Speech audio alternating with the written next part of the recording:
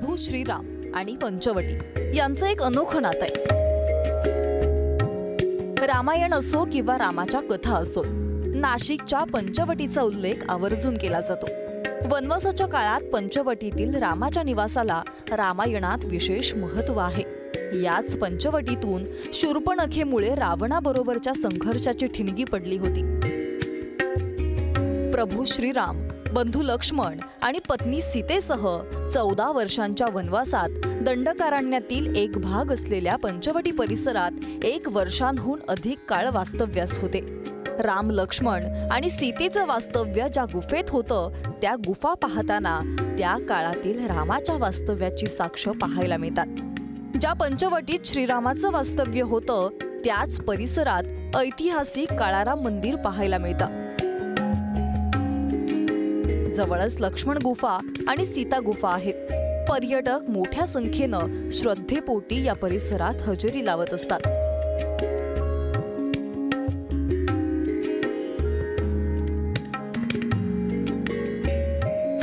जब माता सीता जी का अपहरण हुआ था तो दोनों भाई उनकी खोज करते करते यहाँ रुके थे. ऐसा तो उनके नाम से एक गुफा बनी हुई है जहाँ संत लोग जाकर अपना ध्यान करते थे. पंचवटीत असलेल्या काळाराम मंदिराच्या जवळच गोऱ्या रामाचंही मंदिर आहे. शुभ्र रंगाच्या संगमरवरात राम पंचायतनाची मूर्ती या मंदिरात पाहायला मिळते. त्यामुळे या मंदिराचं नाव गोऱ्या रामाचं मंदिर असं पडलंय. काळाराम मंदिरात असलेल्या मूर्ती या काळ्या पाषाणातील असल्यानं त्या मंदिराला काळाराम मंदिर असं म्हटलं जातं. काळाराम मंदिरातील मूर्ती या पुजारी घराण्यातील. आजही पुजारी घराण्यालाच या मूर्तींची सेवा करण्याचा अधिकार आहे. पंचवटीतील श्रीरामाच्या वास्तव्याच्या खुणा पाहण्यासाठी लाखो पर्यटक दरवर्षी या भागात येतात. श्रद्धेनं रामाचं दर्शन घेतात.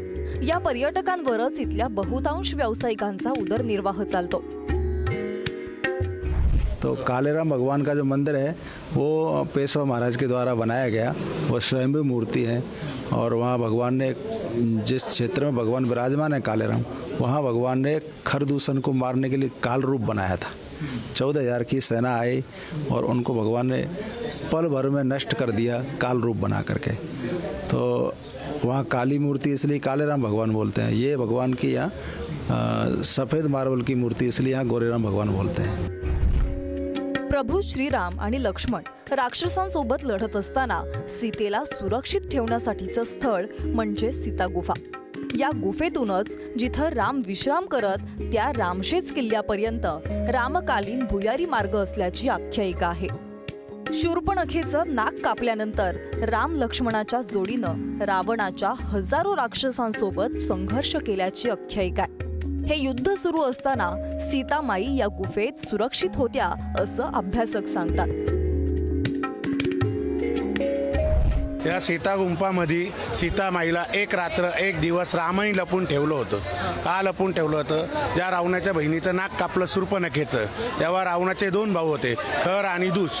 ते 14,000 युद्ध करायला आले होते. त्या टायमाला हे पूर्ण जंगल होतं. युद्ध झाल्यानंतर सीतामाईला शोधायचं कुठं, तर साक्षीला 5 झाडं ठेवली. या झाडामुळे या जागेला पंचवटी म्हणतात. नाशिकच्या पंचवटीत रामायणाशी नातं सांगणारी काही कुंड देखील आहेत. दक्षिण गंगा म्हणून गोदावरी नदीची ओळख आहे.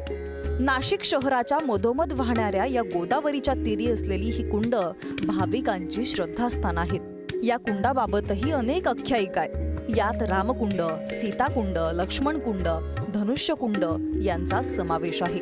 याच कुंडांमध्ये त्यावेळी प्रभू श्रीराम स्नान करत असल्यानं त्यांचीच नावं या कुंडांना देण्यात आल्याचं सांगितलं जातं. आजही लाखो लोक या ठिकाणी येतात, स्नान करतात. या निमित्तानं प्रभू रामाशी एकरूप होण्याचा प्रयत्न करतात.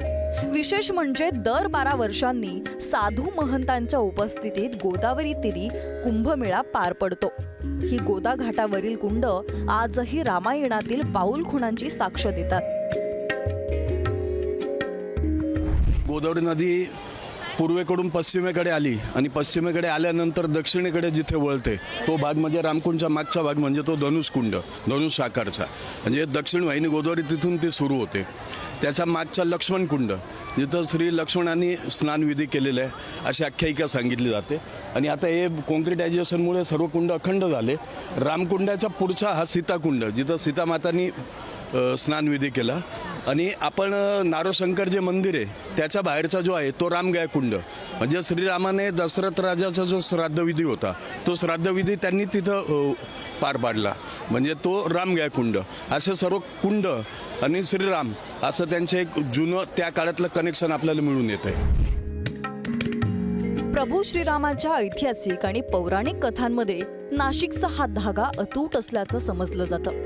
रामाच्या वनवासातील पंचवटी परिसरातील त्यांचं वास्तव्यही विशेष महत्त्वाचं समजलं जातं. अयोध्येतील प्रभू श्रीरामाची मराठमोळ्या नाशिकचं हे नातं अभिमानानं असल्याची नाशिककरांची भावना आहे. व्हिडिओ जर्नलिस्ट जयेश साबळेसह किरण ताजने, पुढारी न्यूज, नाशिक.